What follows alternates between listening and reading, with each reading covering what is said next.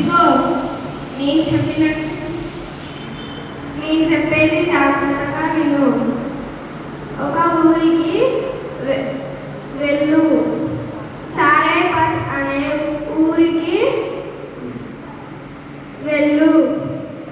అక్కడ ఒక స్త్రీ ద్వారా నీకు ఆహారము ఇస్తారు. ప్రభువా, నేనెవరో అమ్మకి తెలీదు, ఆమె ఎవరో నాకు తెలీదు. ఆమె ఎందుకు నాకు ఆహారం ఇస్తుంది, అది కూడా ఈ కరువులో? నువ్వు ఏం భయపడకు, నేను చెప్పినట్లు చెయ్యు.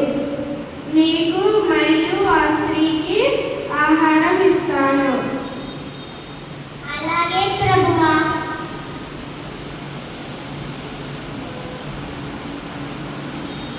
అమ్మా అమ్మా, ఏమిటయ్యా వరుసకు?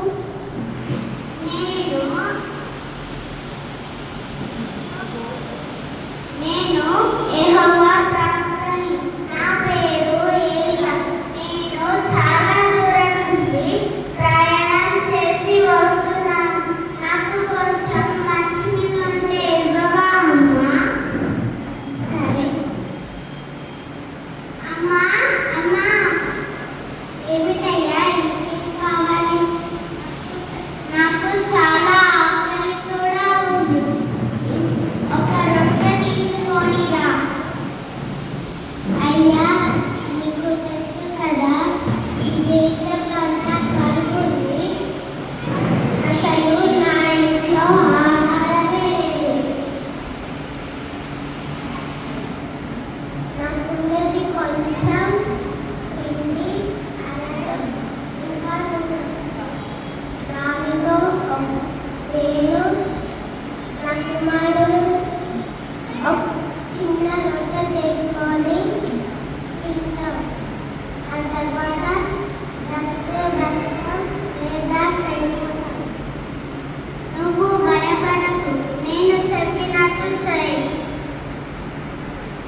అలాగే. అయ్యో,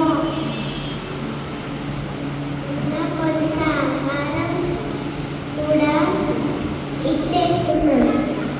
దేవుడా, నువ్వే నన్ను, నా కుమారుడిని ఆదుకోవాలి.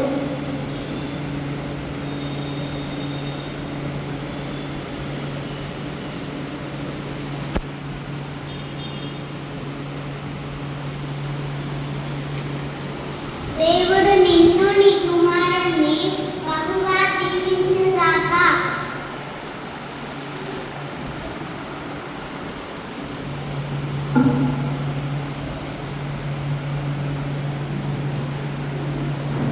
ఎంత ఆశ్చర్యం, ఎంత అద్భుతం!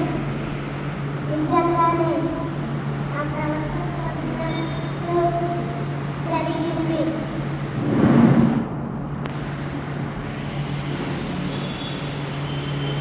అయ్యా, ఇంట్లో నువ్వు చెప్పినట్లే జరిగింది. తిండి ఇంకా నూనె ఇంకా వచ్చేసాయి. మన దేవుడు ఎంత గొప్పవాడు! నేను చెప్పలేదా, దేవుని మాట వింటే ఆయన వినే బిడ్డలకి